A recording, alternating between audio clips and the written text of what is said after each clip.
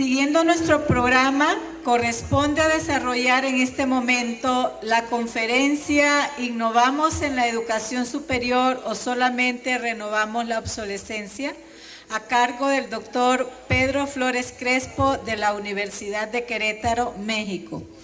Previo a la conferencia, daré lectura a un breve resumen de la hoja académica del doctor Pedro Flores Crespo.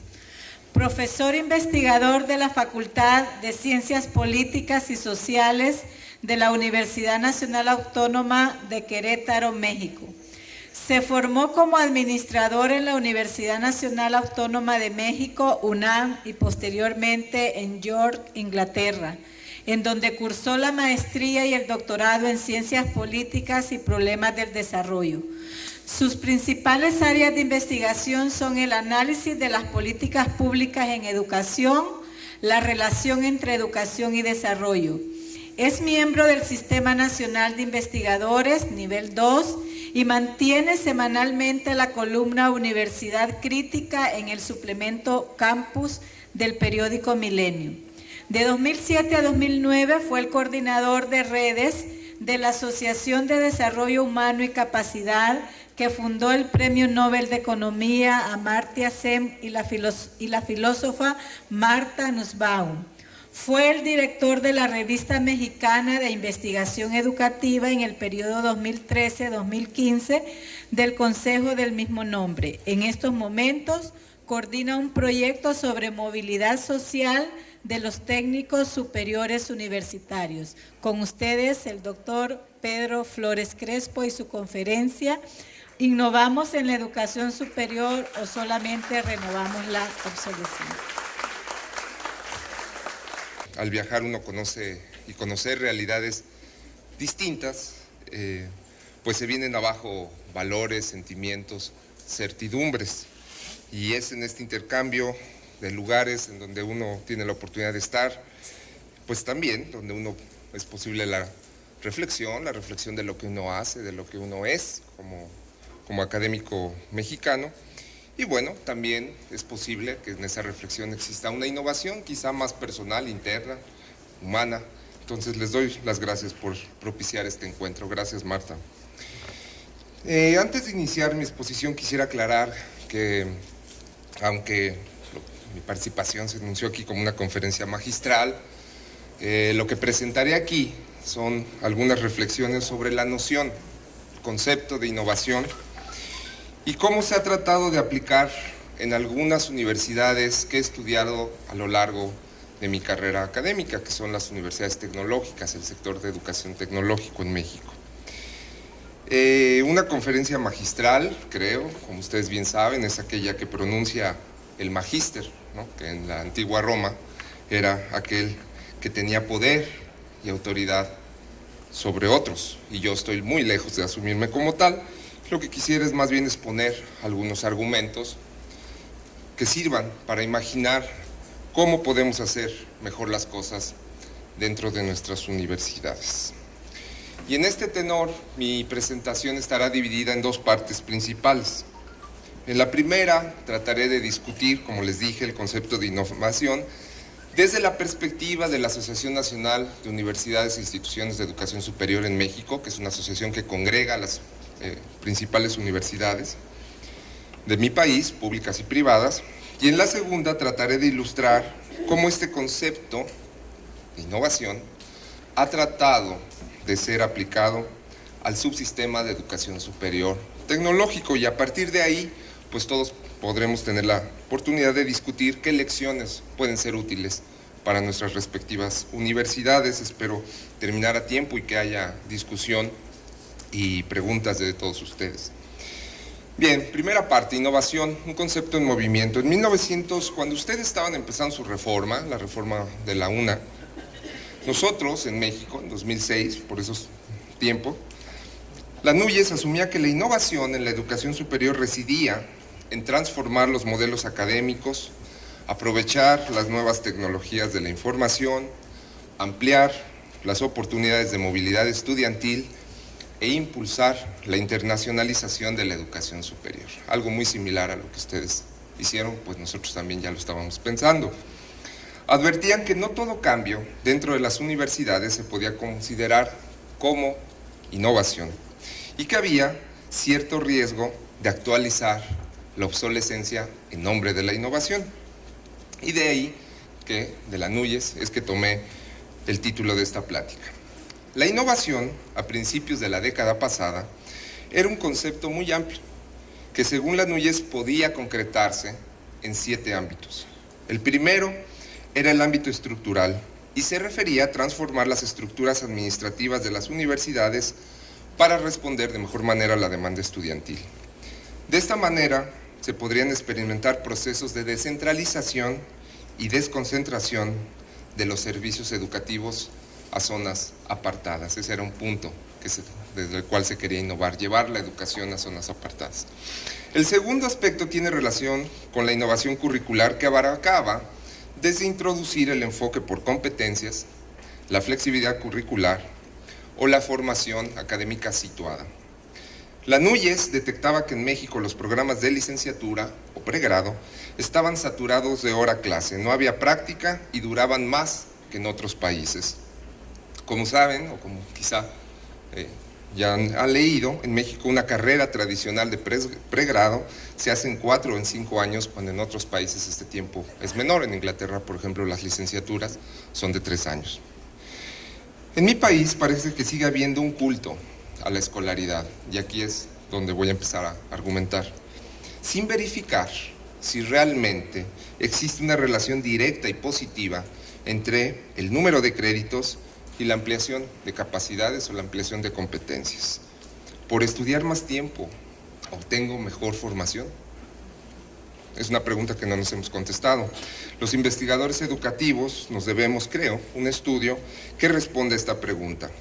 Y refuerza esta necesidad el reciente reconocimiento del Ministerio de Educación mexicano de que el currículum en educación básica y en media superior, es decir, en bachillerato, es muy extenso y por lo tanto sugiere, lo empiezo a citar, acortar la extensión de los contenidos en aras de privilegiar la profundización, enseñar menos pero más a profundidad, sugiere mi colega Carlos Ornelas. El tercer ámbito en donde puede ocurrir la innovación, según la Núñez, es en la relación educativa. Bajo este atributo, el papel tradicional del docente se transforma para dar paso a atribuciones más amplias y complejas que implican ofrecer tutorías, asesorías, cuestión que en otros países existen, como el pastoral care o el cónsules, que como ustedes saben, ponen énfasis en el bienestar del estudiante más allá de lo que el profesor puede hacer dentro de las aulas. Y la pregunta que seguimos teniendo en México, la semana pasada hubo un encuentro nacional de tutorías en mi país, es que si garantizamos en las universidades que los jóvenes estudien en espacios libres de violencia física y simbólica. Y dejo la pregunta abierta para que la discutamos. Paso al cuarto ámbito de la innovación, que es la formación para la docencia. En México, desde principios del siglo XX se ha asumido que obtener un grado de doctor refleja cierta mejora de la calidad del servicio docente, cosa que la Núñez trata de cuestionar y poner en tela de juicio, aunque no propone cómo rebasar esa tendencia credencialista. ¿Qué impacto ha tenido en las universidades que la mayoría de sus profesores hayan cursado un posgrado? Hoy ahora sean profesores de tiempo completo.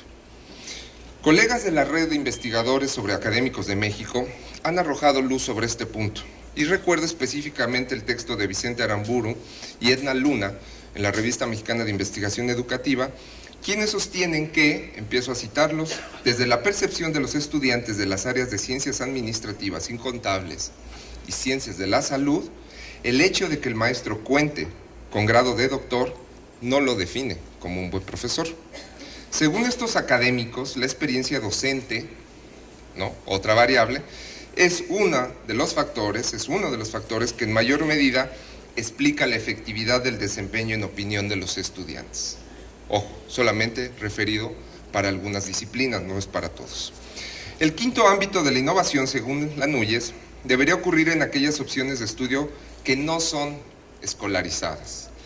En 2012 se constituyó la Universidad Abierta y a Distancia en México con el propósito de ampliar la cobertura de educación superior y satisfacer las necesidades de jóvenes y adultos que por razones, lo cito, tal textual, sociales, laborales, ubicación geográfica o de otra índole, no pueden asistir a un sistema de educación presencial.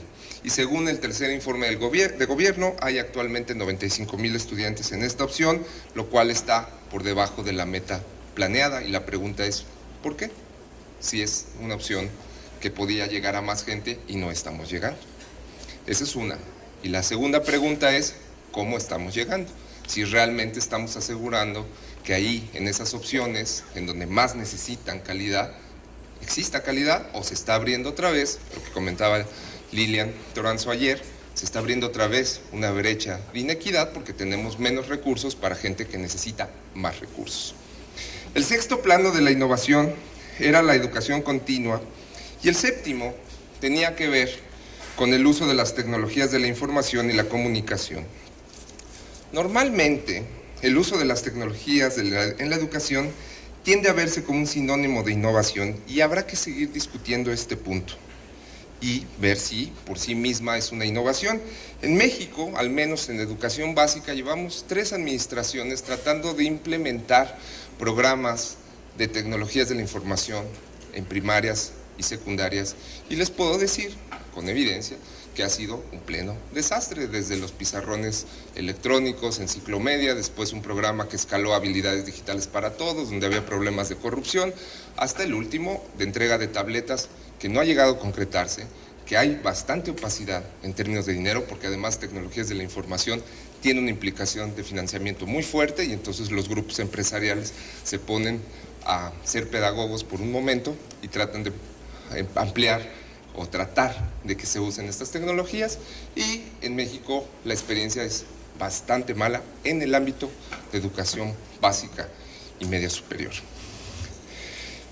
Entonces, recapitulando, englobar cambios administrativos como la descentralización, curriculares, docentes y tecnológicos dentro del concepto de innovación en la educación superior de México tiene, como todo en la vida, ventajas y desventajas. Entre las ventajas de este amplio concepto muy global, mencionaría la oportunidad para articular acciones en distintos planos para innovar. Esto creo que es una ventaja de un concepto tan amplio, tan abarcativo. Y es una aspiración, la innovación, como lo es la calidad de la educación, que requiere, como todos ustedes saben, un esfuerzo multidimensional. Y esto creo que es una primera lección a considerar.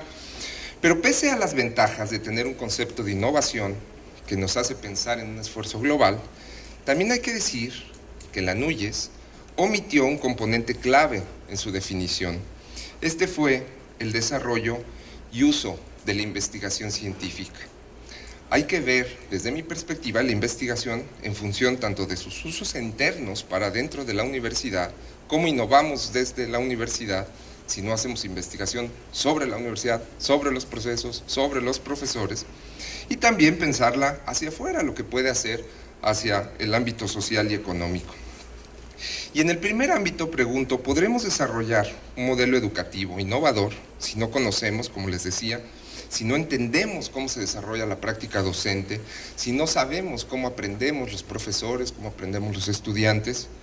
¿Y qué impacto han tenido los programas de la nueva gestión pública sobre la vida y trayectoria de los académicos investigadores? México, varios colegas han hecho una crítica bastante puntual a los nuevos programas de nueva gestión pública sobre los profesores y sobre las consecuencias no deseadas de tener programas de estímulos económicos ligadas al financiamiento, evaluaciones constantes como la estamos teniendo ahorita en educación básica, y creo que eso ha sido un punto de análisis de investigación educativa que se ha desarrollado bien en México, pero que las universidades parecen no querer tomar en cuenta, y después explicaremos por qué pienso que algunas universidades no las toman en cuenta. Voy a seguir.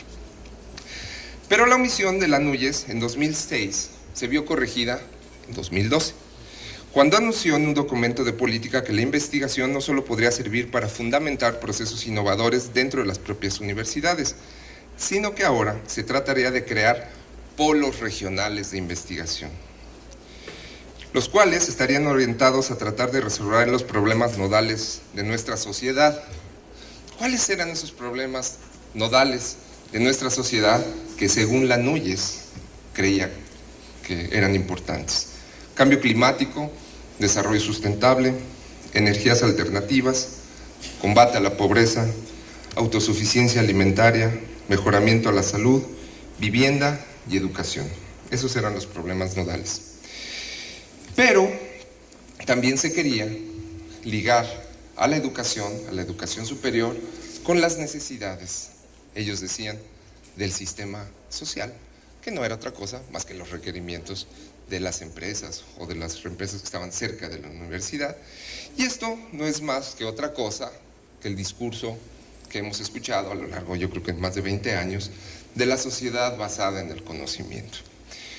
La sociedad basada en el conocimiento tiene ventajas, ¿no? Como una ideología, como una propuesta, como un horizonte, pero, como les digo, pues, como todo lo que hacemos en la universidad, tiene que ser crítico y tenemos que ver lo bueno y lo malo. Pues Pablo Latapizarre, quien es el pionero de la investigación educativa en México, cuestionó lúcidamente este concepto. Para Latapí, esta idea de la sociedad del conocimiento se impone como un ideal obligatorio a toda institución de educación superior y reconoce que las universidades deben desarrollar conocimientos vinculados a los requerimientos de las empresas. Pero como buen educador y filósofo humanista, advierte lo siguiente, lo empiezo a citar. No hay que olvidar que la universidad es algo más, no es un apéndice de la empresa, sino una institución responsable de generar, proteger y difundir todos los tipos de conocimiento que requiere el país, incluso los aparentemente improductivos. Innovación, entonces, no es solamente ganar jugosos contratos con las empresas. La universidad, siguiendo a Latapí, debe promover el rescate de nuestra humanidad disminuida. Y en tiempos en donde todo se comercia, negocia y vende, hablar de educación humanística es ya dentro de la universidad pública una innovación. Sobre este punto, y antes de pasar a la segunda parte de mi exposición, permítame hacer un paréntesis para contar una anécdota. Un amigo me contó que participó como juez en un importante premio universitario de México, un premio al que aspiran las universidades, y lo ganó, curiosamente, una universidad que enfatizaba su formación humanística sobre otras que decían que todos sus procesos académicos y de gestión estaban certificados por ISO 9000 y todas estas agencias lucidoras, evaluadoras que conocemos actualmente en México. Y a mi juicio, esto es lo que yo rescato de esa anécdota, creo que los jueces tuvieron razón, es decir, vieron que la evaluación era un medio y no un fin, como actualmente se ha visto la evaluación en nuestros países, o al menos en mi país. Entonces, una vez habiendo dicho que el concepto de innovación, según las Núñez, es amplio y que nos hace poner atención a los factores estructurales que nos rodean, pasaré a tratar de ilustrar cómo se ha aplicado en el sector universitario. Y me centraré en específico en resaltar los obstáculos de la innovación en el subsistema de educación superior tecnológica, el cual, como les dije, ha ocupado tiempo de investigación, o me ha ocupado en tiempos de investigación. Entonces, segunda parte. Como vimos, para la Núñez, innovar en la educación superior significa moverse simultáneamente en distintos frentes como la estructura organizativa, curricular, docente y tecnológica. Pero ¿en verdad así avanza la innovación en las instituciones de educación de corte tecnológico de México? El subsistema de educación superior tecnológico de México agrupa al menos 3 grandes subsistemas. El Tecnológico Nacional, que congrega a los institutos tecnológicos y que actualmente atiende a un poco más de 520,000 estudiantes. El de las universidades tecnológicas, que nace en 1991 y que contaba con 110 establecimientos. Y las universidades politécnicas, que se crean en 2001 y el cual registra 59 unidades. Entre las politécnicas y las tecnológicas se atiende un total de casi 285,000 estudiantes. Estamos hablando casi de 800,000 estudiantes en el subsistema de educación superior tecnológico. Y una de las razones por las cuales es importante poner atención a este subsistema es que ha sido la estrategia primordial del gobierno para tratar de ampliar cobertura hacer escuelas técnicas en zonas apartadas y que ahí vayan los estudiantes. Y esto yo creo que tiene alrededor de 25 años y que no ha cambiado, a pesar de que ha cambiado un régimen político, como ustedes saben, pasamos a la democracia en 1997 y hemos tenido alternancias partidistas y no ha cambiado. La política es la misma, la estrategia de expansión y cobertura de la educación superior se basa en el corte tecnológico. La mayoría de los institutos y universidades tecnológicas fueron creados en zonas relativamente apartadas. Por lo tanto, se puede corroborar que existió una vigorosa descentralización y desconcentración de la educación superior. Pero otra vez, la pregunta es si esto realmente significó una innovación. Y para eso, analicemos 2 puntos para poder responder a la pregunta. Y estos 2 puntos, para ver si esa descentralización fue innovadora o no, son el cambio curricular y la articulación institucional entre los 3 subsistemas de educación, las tecnológicas, los tecnológicos y las politécnicas. Cambio curricular.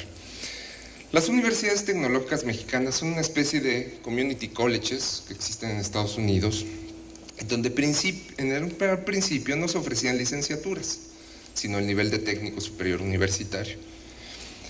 Después, ya que vieron que la demanda era baja, el gobierno cambió la estrategia y ofrece licenciaturas. Pero su enfoque curricular es básicamente vocacional, referido a la práctica, que los estudiantes tengan empleo, que se vinculen con las empresas, todo este movimiento que hemos escuchado también de modernización económica y educativa a lo largo de 20-25 años. Varios especialistas educativos, como Manuel Pérez Rocha, que fue rector de la Universidad Autónoma de la Ciudad de México, hicieron notar, desde el principio del modelo de las universidades tecnológicas, que aunque el modelo original era distintivo en el tiempo de duración, es decir, 2 años en lugar de 4 o 5, su base curricular era tradicional, pues reforzaba una orientación escolarizante. Y esta observación ha sido corroborada tanto por investigaciones independientes que hemos hecho algunos, como por evaluaciones que ha hecho el mismo gobierno, que han sido contratadas por el mismo ministerio. Por ejemplo, en un estudio de Macerán, pagado por el gobierno, sostiene que el modelo académico de las UTES genera mucha presión para los alumnos y quizá, según puedo observar, las consecuencias de esta escolarización están ya a la vista. Macerán afirmaba, por ejemplo, que la tasa de deserción en el subsistema de universidades tecnológicas era de 35%, lo cual era 15 puntos por arriba del promedio nacional, que es de 20. La causa de la deserción, ustedes pensarán, una cuestión muy intuitiva, pues que se debe a factores económicos. No pueden mantenerse en la universidad o permanecer porque tienen que salir a trabajar y ayudar al gasto familiar. Pero fíjense ustedes este dato. Es un dato además oficial. Mientras 6 de cada 100 jóvenes que desertaba lo hacía por razones económicas, 32 abandonaban sus estudios por no acreditar alguna asignatura. Entonces, la reprobación parece ser un factor que causa la deserción. Y la lección, en estos términos la puedo leer, es que aunque se descentralizaron servicios educativos y se descentralizó un modelo educativo original, vocacional, distinto de lo que existía en algún momento, pues se siguió una lógica academicista que probablemente provocó exclusión. Y otra vez está el punto que mencionó Lilian ayer: la equidad o la inequidad en la educación superior de México pues se vuelve a abrir por este tipo de prácticas que vienen internamente y son recreadas como reglas institucionales de lo que hacemos dentro de las universidades tecnológicas. En otras palabras, se trató de innovar ofreciendo una educación distinta al de la licenciatura clásica, pero curricularmente se dejaron intactas las cargas de contenido y las reglas de evaluación. Se renovó, en este caso, la obsolescencia, no se innovó. En un estudio que hicimos para el Instituto Internacional de Planeamiento de la Educación de la UNESCO, mi colega Dulce Mendoza y yo pudimos observar 3 aspectos de este culto a la escuela, ¿no? De este culto a la escolarización, como nosotros le llamamos, de este énfasis en querer que los estudiantes estén todo el tiempo en la escuela, y si no están mucho tiempo en la escuela, entonces pensamos que no aprenden, y creo que esto habrá que pensarlo 2 veces. Estas 3 cosas que encontramos mi colega y yo es, primero, que la intensidad, ¿no?, de los estudios no era exclusivo de las UTES. En algunas universidades politécnicas e institutos tecnológicos se promovía la preparación express, como dijo uno de los entrevistados, y que consiste en comprimir contenidos para estudiarlos en un lapso de tiempo corto y de manera intensiva. Segunda observación, esta preparación intensiva y cargada de temas y contenidos elevaba, otra vez, los costos de oportunidad y no permitía que los jóvenes pudieran compatibilizar su estudio con el trabajo o con otras actividades igual de gratificantes que estudiar, como hacer un deporte o tener un hobby. La innovación curricular, desde mi perspectiva, la tendríamos que imaginar desde las actuales culturas juveniles y no solamente desde una legítima aspiración gubernamental o de lo que se nos ocurra a los investigadores. Pero regresando al tema, un tercer punto detectado en esta investigación fue que, curiosamente, el hecho de permanecer en la universidad muchas horas y luego tener más trabajo escolar fuera de ella, fíjense ustedes qué interesante, es valorado positivamente por ciertos sectores como el de los profesores, las familias de los estudiantes y los propios estudiantes. Se asume que el hecho de estar dedicado por muchas horas a la universidad equivale automáticamente a recibir una educación de calidad. En México trabajamos mucho, no es mentira, es una mentira que seamos flojos. Trabajamos muchísimo, muchas horas, somos los que más trabajamos en los países de la OECD. Nomás pregúntenos si somos productivos, ahí es otra cosa.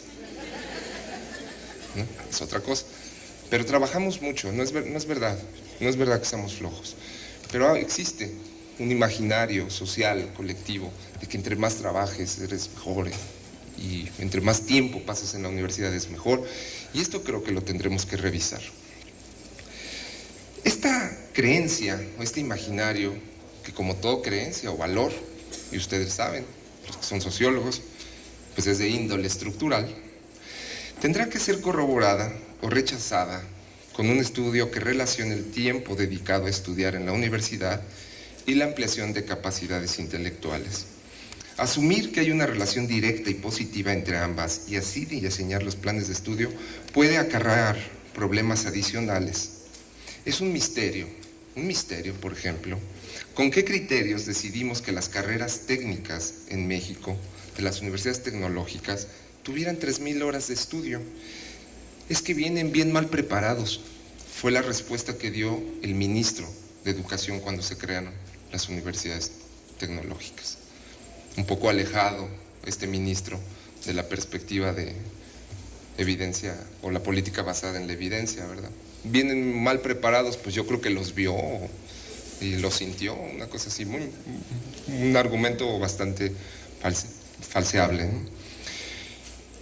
No creo, desde mi perspectiva, pero ustedes la pueden discutir y por eso estoy aquí, que sea sano proponer un modelo educativo innovador sin que previamente se presenten las bases empíricas para conducir el cambio. Investigación educativa e innovación van de la mano.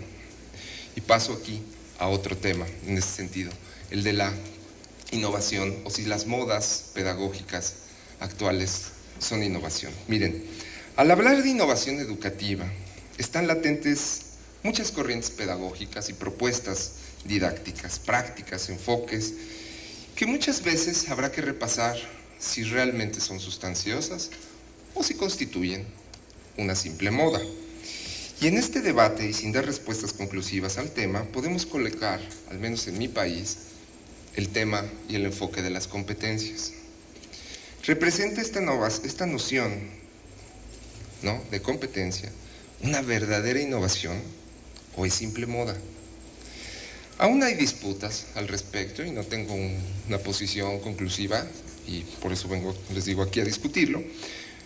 Y voy a empezar a discutir este punto. Miren, un colega, Felipe Tirado, que es un excelente investigador, psicólogo de la UNAM, afirma que las competencias definidas como la interacción de saberes, destrezas y valores sirven para desescolarizar el proceso educativo, o el proceso de educación, o el proceso académico de enseñanza-aprendizaje. Es decir, al tener aprendizajes significativos fuera del proceso escolar, construimos una competencia. Y esto es muy sugestivo, precisamente en contraposición al culto, a la escolaridad. Pero lo que hay que pensar es cómo evaluamos con instrumentos tradicionales aquello que se aprende afuera de la universidad y luego queremos atribuírselo a lo que hacemos adentro. Es complicado, es un problema epistemológico y metodológico muy complicado. Las competencias fue una propuesta que se presentó como innovadora para los modelos educativos de las universidades tecnológicas y las politécnicas. Por ejemplo, hace 2 años el Ministerio de Educación de México anunció con mucho orgullo que 40% del total de las instituciones de educación superior tecnológicas contaba con un programa basado en el enfoque de competencias. Sin embargo, la evaluación de estos modelos pues sigue esperando a que lo conozcamos. No conocemos una evaluación que nos diga si esto funcionó o no. Y no podemos hablar al aire y decantarnos por una opción cuando no tenemos resultados de estas evaluaciones. Pero mientras las conocemos, yo sugeriría seguir analizando su valor dentro de los procesos educativos que son más complejos en las sociedades actuales. Y para discutir con fundamento este enfoque, recomiendo mucho revisar los trabajos de mi colega Frida Díaz Barriga, otra investigadora de la UNAM, quien ha estudiado el papel que desempeñan los profesores en las innovaciones curriculares. Frida es una persona que ha estudiado esto de manera puntual, sistemática, y es una académica, además, muy buena persona. Con base en los estudios de otros colegas y de ella misma, Frida encuentra que el grado de avance de la reforma curricular contribuye a concepciones refinadas de las competencias. Es decir, entre más tiempo lleva una reforma educativa, pues la noción de competencia se va formulando, se va reformulando y se va aplicando de una u otra manera en el aula. Así que no esperemos cambios inmediatos. Esa es una lección que también Frida comenta ahí. Otra lección que Frida recoge en sus estudios es que la noción de competencia varía por área de especialidad. No es lo mismo una competencia dentro del área ingenieril, que puede entenderse de una manera muchísimo más precisa, que explicársela a un historiador o a un comunicólogo, ¿no? Varía por tipo de especialidad y esto lo corrobora Frida. En relación con otras innovaciones curriculares como el del currículum flexible o modelos basados en el pensamiento crítico, Frida observa que pese a la existencia de planes de estudio de vanguardia, los profesores conservan sus mismas prácticas docentes.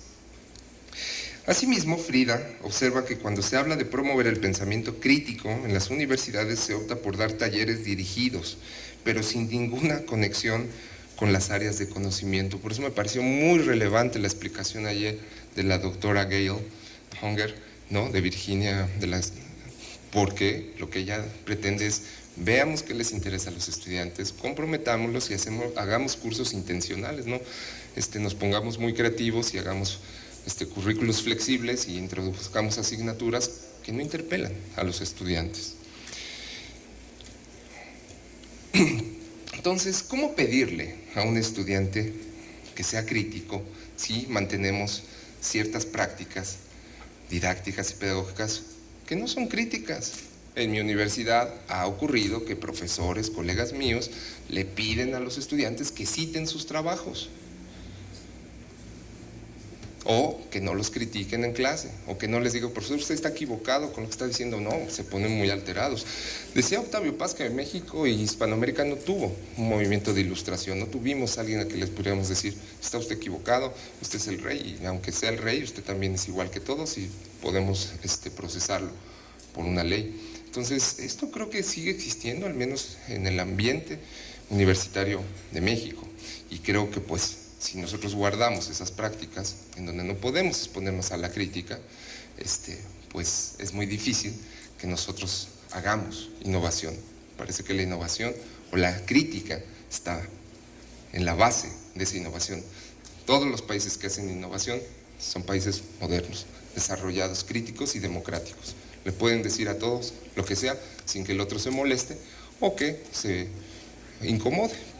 Creo que la crítica se ve en mi país más de manera personal. Me critica a mí. Y no es cierto. No es cierto. En la academia lo que criticamos son argumentos, no a las personas. Y como dice Martha Nussbaum en un libro excelente que se los recomiendo muchísimo, de Why Democracy Needs the Humanities, porque las democracias necesitan las humanidades, dice, no hay autoridades académicas en la universidad moderna. No las hay. Solamente hay buenos y malos argumentos. Y tampoco hay Biblias, dice Martha Nussbaum. Bueno, después de este paréntesis, Frida también detecta que cuando se habla de flexibilidad curricular, ocurre que lo único que existe dentro del plan de estudios es una cierta libertad para que los jóvenes elijan cursos de un amplio menú de asignaturas. Y aquí la pregunta es si la libertad de elegir contribuye a la formación integral o si el menú debe restringirse a una oferta de cursos ya aprobados por los coordinadores de la carrera. Esto nos ocurre mucho. Cuando fui coordinador de la maestría en Ciencias Sociales, decían, no, pues que los estudiantes elijan cualquier curso. Pero había estudiantes que a veces en una maestría en Ciencias Sociales, que ya se iban a titular, elegían cine y Ciencias Sociales, lo cual yo no tengo problema con eso. El punto es si era un curso bien armado que contribuía a su formación integral y no lo teníamos claro. Por eso les digo que necesitamos estudios, investigación dentro de las universidades para poder innovar. Y si era un curso mal armado, que aunque tuviera un título muy interesante, que fuera de cine, y si no funciona, desde una perspectiva pragmática, que puedo estar equivocado, yo no la mantengo. Pero, bueno, pues son opciones que cualquier comunidad puede tomar. Decir que innovamos por tener planes de estudio basados en el enfoque de competencias puede no reflejar necesariamente un cambio sustancial. Este es mi argumento central. Hay que garantizar que en el caso del enfoque por competencias, que los profesores tengan la oportunidad, ojo, que los profesores tengan la oportunidad de aprender y asimilar las nuevas tendencias pedagógicas. No podemos tener programas de innovación puestos desde arriba y luego quererlos implementar con los profesores. Miren los fracasos que nos hemos llevado y los frentazos que nos hemos llevado en México por tratar de hacer una reforma educativa desde el centro alto del poder y luego decirles a los maestros, órale, ahora te evalúas. Pues los maestros lógicamente van a decir, ¿y cómo de parte de quién? ¿Por qué? ¿Verdad? Y tienen toda la razón. La noción educativa, la innovación educativa, dice Carbonell, significa alterar la realidad vigente con el ánimo de modificar concepciones y actitudes y así poder contribuir en mayor grado al mejoramiento de los procesos de enseñanza-aprendizaje. Cuando se habla de innovar, asienta Juan Manuel Escudero, se va en contra de lo mecánico, rutinario y usual. Para colegas como Yolanda Jiménez de la Universidad Autónoma Juárez de Oaxaca, la innovación educativa debe entenderse como la transformación de las condiciones de aprendizaje y en este sentido, prosigue Jiménez, hay que pensar en al menos dos cosas. Primero, que pueden ser los propios ministerios de educación, mediante acciones deliberadas, las que sofoquen la innovación, cosa que podría cambiar una vez que los ministerios de educación piensen en dejar el control por un lado. ¿Cómo controla el gobierno a las universidades mexicanas? Por los esquemas de evaluación, ligadas al financiamiento. Ustedes díganme si ahí vamos a poder innovar. O con un sistema de evaluación como el que se quiere imponer a los profesores de educación básica, donde todo el tiempo los van a estar evaluando. Ustedes díganme si así el profesor va a tener libertad de innovar. Pues no, porque se concibe a un profesor que responde solamente a los estímulos, ¿no?, utilitarios, racionalistas, y no se concibe a un profesor o a un investigador o a un estudiante con la capacidad de razonar una innovación. Y esto creo que es uno de los, a mi juicio, es uno de los errores centrales de la reforma educativa en México. El modelo de individuo que tiene el gobierno mexicano sobre los profesores, sobre los investigadores, incluso los profesores, como vemos a los estudiantes, es un modelo reduccionista de individuo.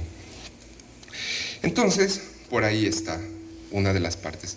Evaluación con innovación se llevan, vamos a discutirlo más detenidamente.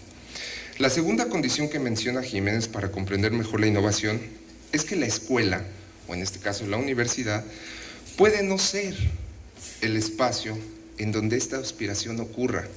Creo que a partir de las teorías del capital humano y todas estas teorías donde decían que la educación era una inversión, se ensalzó o se sobredimensionó la capacidad de las escuelas y las universidades.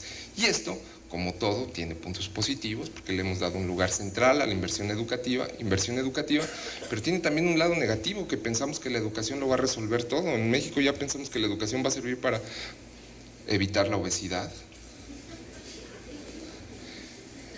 crear competencias cívicas y de paz, cuando el gobierno ha empezado una guerra contra los criminales y tenemos 26,000 desaparecidos, 200,000 muertos, ¿no? Y está haciendo un modelo para que dentro aprendamos competencias ciudadanas, cuando afuera nos estamos matando. Cuando hay corrupción por parte de los políticos, pero adentro quieren promover virtudes éticas. Cuando el presidente plagia una tesis, por ejemplo, es una cosa que muy curiosa de mi país, pero mire, esto es lo que tenemos. Pues, ¿cómo educamos en un entorno, diría la Tapí, de desaliento y de contradicciones que en México son diarias y cotidianas? Siguiendo con Jiménez, pregunto, ¿cómo se puede innovar en la universidad cuando otras estructuras institucionales operan mediante códigos tradicionales? Como les digo, el culto a la escolaridad. El culto a la escolaridad es muy bien recibido por la sociedad. A ver, innoven, póngansele enfrente a la sociedad y digan, no, desde acá vamos a innovar. Si es una creencia, si es un valor, es estructural, ¿sí o no? A ver, cámbienlo, ¿no? Varios teóricos de las políticas han dicho, lo que menos cambia en las políticas son las creencias. Somos creencia, diría Ortega y Gasset. Cambien una creencia de que el culto a la escolaridad está bien. Innoven sobre esas creencias. Esto es lo que quisiera exponer aquí. Entonces, innovar curricularmente demanda entonces un cambio institucional, es decir, una revisión de reglas formales e informales sobre la manera en que se concibe la construcción del conocimiento. No solo el que produce resultados para las empresas o que es lucidoramente evaluado, sino también el aparentemente improductivo, como diría el doctor Latapí. La articulación institucional dentro de estos subsistemas tecnológicos y politécnicas. Dentro del cambio institucional para innovar está también la manera en que las instituciones se relacionan unas con otras. Y ayer me llamaba muchísimo la atención de escuchar de la profesora Rutilia, la red interuniversitaria que se piensa hacer y ojalá lo puedan hacer. En México tenemos algunos ejemplos de redes interuniversitarias que son interesantes y ahorita voy a comentar uno, el espacio común de la educación superior tecnológica. Pese a que las universidades de corte tecnológico nacen de una raíz, sus niveles de cooperación en mi país son bajos. Para resolver esto, el gobierno promovió la creación del espacio común de educación superior tecnológica, se llama ESEST, el cual estuvo integrado en un primer momento por 45 representantes de las UTES, los CITES tecnológicos y las universidades politécnicas y el sistema de educación abierta y a distancia. El ESET tiene como finalidad primordial coordinar los esfuerzos para desarrollar actividades académicas, administrativas y de cooperación en áreas de interés común, con el ánimo de configurar un modelo educativo tecnológico y de calidad. Esto es lo que dice el ministerio. Pero ¿fue esto posible? Según el estudio que hicimos para la UNESCO, detectamos que no había, según los testimonios de los rectores, ninguna articulación entre los diferentes sistemas de educación tecnológica. Un funcionario entrevistado señaló que, lo empiezo a citar, ha sido muy difícil toda la parte curricular, de infraestructura y equipamiento. Y explicó que quizá esta desarticulación de los tres subsistemas de educación superior tecnológica se deba, según él, a su forma de gobierno. Mientras las universidades tecnológicas y politécnicas se crean como órganos desconcentrados y descentralizados de los estados, los tecnológicos dependen de una administración central que les impide, en muchos casos, tomar decisiones. Es muy centralista el manejo de los institutos tecnológicos en México. Cuento el caso de la desarticulación institucional porque ejemplifica a mi juicio, otro factor que condiciona la innovación educativa. Miren ustedes, la desarticulación entre los tres subsistemas ha llegado a tal grado que la revalidación de estudios de los estudiantes, o la revalidación de los estudiantes de sus licenciaturas que desean transitar por estos tres subsistemas aparentemente iguales, es extremadamente complicada. No hay portabilidad reconocida institucionalmente de conocimiento. Si un estudiante de una UT se quiere cambiar a un instituto tecnológico público, casi tiene que volver a hacer la carrera. Ustedes díganme, para una persona de una zona en desventaja, el costo que tiene volver a hacer una carrera. Entonces, la desarticulación institucional y las reglas que existen para la validación de los estudios dentro de nuestras universidades es realmente caótica. Y el obstáculo para tener libre tránsito entre estas instituciones reside, según el excoordinador de las universidades tecnológicas, en la normatividad vigente, que no otorga flexibilidad para revalidar ciclos completos de estudio y no solo créditos. Si no hay revalidación de estudios, tampoco puede haber movilidad y por lo tanto, pues una condición de la innovación se cancela. Entonces, fíjense, si por un lado tenemos planes de estudio flamantes en competencias, pero la revalidación se hace con base en créditos, ¿por qué no se hace la revalidación con base en competencias? ¿Por qué en créditos? Pues no sé, pero así lo hacemos. ¿No será que algo anda mal dentro de nuestros arreglos institucionales? Y otra vez, innovar solamente sobre la superficie, pero manteniendo en el fondo, ¿no?, la obsolescencia gracias a arreglos institucionales que hemos creado nosotros, ¿no?, que no son producto del neoliberalismo, de la pobreza o de la estructura. No es nada de eso, lo hemos creado nosotros, pues es muy difícil entrar a un punto de innovación. El subsistema de educación superior tecnológica, hasta donde pudimos observar, cuenta con determinantes tales como normatividad interna, formas de gobierno, y sobre estos factores creo que hay que reflexionar si queremos desarrollar modelos innovadores. La innovación opera dentro de arreglos institucionales que todos creamos y recreamos. Y ya paso a las conclusiones o comentarios finales de mi ponencia. La genuina y legítima aspiración de desarrollar un modelo educativo innovador rebasa por mucho un cambio curricular. Hay factores estructurales como institucionales que podrían tanto fortalecer como condicionar el deseo colectivo de querer hacer mejor las cosas dentro de nuestra universidad. Pero esto no es para decir que mientras no cambie el contexto, la estructura, el sistema, como dirían algunos, debemos permanecer inmóviles. La universidad puede moverse en un verdadero sentido de innovación educativa si aprende de los errores que otras instituciones han cometido, como el de promover el culto a la escolaridad, si conduce investigación educativa para conocer cómo han impactado sus reglas y prácticas diarias en el desarrollo intelectual de los jóvenes y de los maestros, y si persuade a los miembros de una comunidad a seguir discutiendo estas ideas abiertamente, como atinadamente lo ha hecho la Dirección de Innovación Educativa de esta universidad. Innovar, coincido con Carbonell y Escudero, significa alterar la realidad vigente con el ánimo de modificar concepciones para mejorar el proceso de enseñanza-aprendizaje. Equivale a ir en contra de lo mecánico y usual, no solo para ganar contratos con las empresas, que son importantes, sino también y primordialmente para ampliar las libertades y opciones que tenemos los seres humanos, como sugiere Amartya Sen, y que sean ellos mismos capaces de trazar, mediante el razonamiento, la sensibilidad artística, literaria y compasión con los más desprotegidos, sus caminos y estilos de vida. La educación humanística de la que habla Latapí, de la que habla Nussbaum, de la que habla Sen, de la que habla Freire, en estos tiempos ligeros de ansiedades económicas, de certificaciones y de un nacionalismo ramplón, es un elemento de innovación para la Universidad Latinoamericana. Muchísimas gracias. Me llama mucho la atención, bueno, primero que todo agradecerle por la conferencia sobre la temática que hemos abordado desde ayer de innovación, ¿verdad? Primero que todo, como le comentaba a mis compañeras, ayer pudimos ver cómo una conferencista internacional nos transmite sus conocimientos desde otro lugar del mundo, primero que todo. Un punto muy interesante que me llama la atención que usted habló es la movilidad estudiantil, y algo que sí me gustaría reconocer ante todo el auditorio acá es, por ejemplo, la labor que ha hecho la DIE, por ejemplo, lo que son las clases en línea.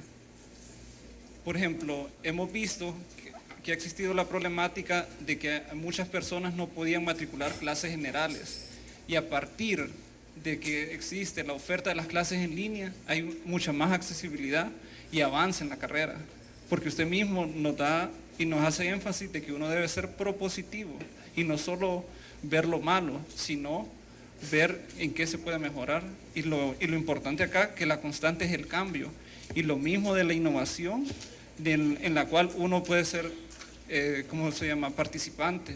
Agradecer a la Máster Quintanilla la apertura que ha tenido hacia nosotros los estudiantes, por ejemplo, involucrarnos en esto, de decir, inviten a sus demás compañeros, las direcciones de la dirección están abiertas hacia ustedes, cualquier sugerencia, comentario, que ustedes se puedan involucrar, y más que todo esa es mi participación, y agradecerle por los conocimientos transmitidos.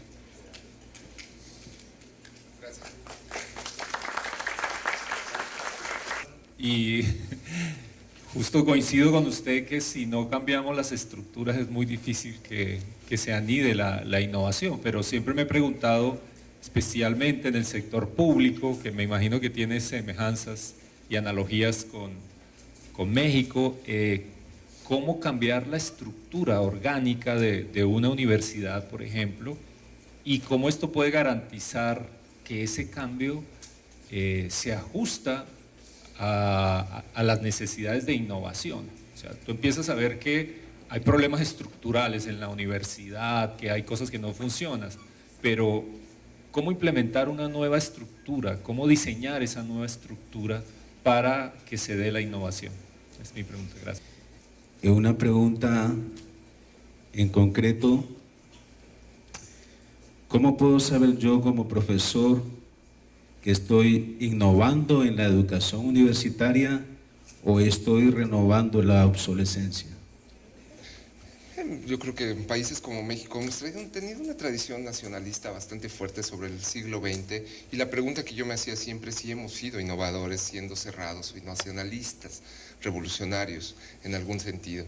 Creo que uno de los grandes cambios que vino a partir de los nuevos cambios económicos ha sido la apertura hacia nuevas realidades, que algunos se temen cierta apertura hacia otros países, y creo que esto es un error, porque diría un poeta bengalí, Rabindranath Tagore, si todo aquello que producimos los seres humanos y que nos enriquece la vida es nuestro, independientemente del origen donde viene, es decir, es una posición universalista. Y creo que la experiencia internacional, ver otras opciones, conocer otras realidades, es lo que al final nos abre pues la mente para poder innovar y para poder incluso cuestionar lo que estamos haciendo. No es posible, como les dije, innovar si no cuestionamos realmente lo que estamos haciendo, si no hay un sentido de autocrítica, porque si no, si nos vemos solamente el ombligo, vamos a hacer elecciones solamente de acuerdo a nuestros contextos y a nuestras referencias. Dentro de la filosofía política hay estudios de decir, a ver, ¿por qué jóvenes de clases desfavorecidas eligen opciones educativas desfavorecidas, teniendo la libertad de escoger, por ejemplo, en el caso de nosotros, la UNAM, que es la mejor universidad de México? ¿Por qué? ¿Por qué un estudiante pobre no elige ir a la UNAM cuando puede poner en su hojita? Bueno, porque ese estudiante no tiene apertura, no tuvo la libertad, la oportunidad de conocer referencias mundiales, porque si ese joven hubiera visto que hay Harvard, visto que hay la Ibero, visto que hay la UNAM, visto que hay la Universidad Nacional de Nicaragua, su referencia va a cambiar y quizá elija ir a las mejores universidades. Por eso el punto de oportunidades a partir de lo que nosotros vemos, gracias a la experiencia internacional, es muy importante. Entonces, felicidades, lo que lo estén haciendo bien, y el estudiante pues ratifica esto. ¿Cómo cambiar la estructura orgánica? Realmente no lo sé, ni si lo sabría quizá, no estaría aquí, pero, ¿verdad? No lo sé cómo cambiar. Lo que sí le puedo decir es que hay factores muy amplios, hay una pluralidad de factores que condicionan a las instituciones a innovar o no innovar. Querer eliminar cualquiera de estos factores, subestimarlo, menospreciarlo, es, creo, ya un paso hacia el error. El hecho, por ejemplo, de las creencias, de esto que le están contando, que no cuenten las creencias en un cambio institucional, me parece es querer intentar un cambio ficticio, o que no cuente la intersubjetividad que tenemos los profesores, o que no creamos en del otro lado, en condiciones objetivas, ¿no? Día a día, que existen dentro de estas instituciones. No sé cómo cambiarlo, pero sí creo, y hay varias propuestas, y es parte de la rama democrática, de la literatura, de la democracia, es que es muy importante el razonamiento público, exponer las razones del cambio abiertamente, confrontarnos intelectualmente, tener la capacidad de decirle, no creo que lo que estés pensando tú sea lo adecuado, y el otro te responda, no porque vayamos a llegar a un consenso, el consenso de las democracias no existe, existen acuerdos a partir de un mecanismo dialógico, y eso, por ejemplo, en el caso de México es patente de que no lo hemos construido. Construimos instituciones para dar un paso a la democracia, no hemos construido las instituciones para ejercer las libertades de democracia deliberativa que necesitamos y poder decir esto no puede ser, que fue el caso de la reforma, ¿no? Aunque hubo mucha crítica sobre lo que era la reforma educativa, ¿no? Por parte de los profesores, no hubo debate parlamentario, la planadora del partido oficial, del PRI, como siempre, mayoriteando las iniciativas, y entonces, bueno, los errores, las consecuencias, los muertos, porque ha habido muertos, están ahí. Nos hace falta dialogar, abrir la discusión, no nos vamos a poner de acuerdo, pero sí, al menos, vamos a tratar de decir, queremos un cambio de esta manera, podemos hacerlo de esta manera, algunos estaremos de acuerdo, otros no, pero simplemente tener ese espacio dialógico ya es un paso para al menos, no violentarnos, ¿no? Porque cuando se cierra el diálogo, pues hay violencia, ¿no? Al menos no violentarnos. Eso es lo que le diría. Es muy importante el esfuerzo dialógico y no menospreciar factores dentro de las instituciones que son reales y juegan. Reglas informales y reglas que no son formales, que todos seguimos, pero que no están escritas, ¿no? En la misión o en la visión, pero que nosotros las seguimos. ¿Cómo saber si innovo o renovo la obsolescencia? Esa es una pregunta interesantísima porque lleva a decir, ándale, dime la métrica para innovar. ¿Cuál es la medida que yo voy a usar para saber si innovo o no? Y creo, ¿no?, que aquí igual podemos tener variadas respuestas y variadas visiones de lo que es innovar. Yo creo que innovar, desde mi punto de vista, es en el momento en que tú logras un cambio de aprendizajes hacia los estudiantes. Es el aprendizaje de los jóvenes, la ampliación de sus destrezas intelectuales, de sus capacidades, de su sensibilidad ante la realidad social, donde puedes decir, pues a partir de este cambio que hice, logré esto.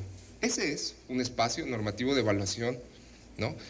Si no lo haces, pero si cambias, no sé, como decía, no me acuerdo qué ponente decía ayer, pues si nada más cambias el mobiliario del salón y los estudiantes no aprenden, pues aunque hayas sido innovador en poner una computadora y un cañón y una videoconferencia, y los estudiantes no logran el aprendizaje que tú deseas, ¿no? Y que ellos, ¿no?, que a ellos les va a posibilitar desempeñarse libremente en la vida, pues entonces ahí tienes tú un marco de horizonte de evaluación que dices, es el aprendizaje, son las destrezas intelectuales de los estudiantes. Y ahí podríamos meternos en otra discusión, cuáles son esas destrezas intelectuales, es las competencias lectoras, las competencias científicas. Yo creo que no solamente son esas, son las competencias para la vida, para la convivencia, para ejercer la democracia. Entonces, creo que esto es lo que te contestaría, pero excelente tu pregunta. Eso te quisiera contestar, pero prometo pensarle más y en un futuro que nos veamos, seguirla discutiendo.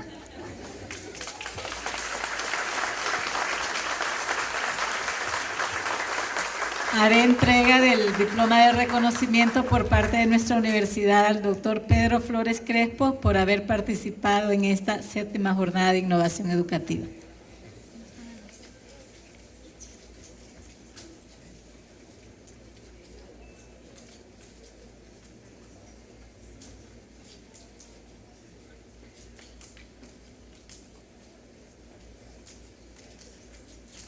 Gracias.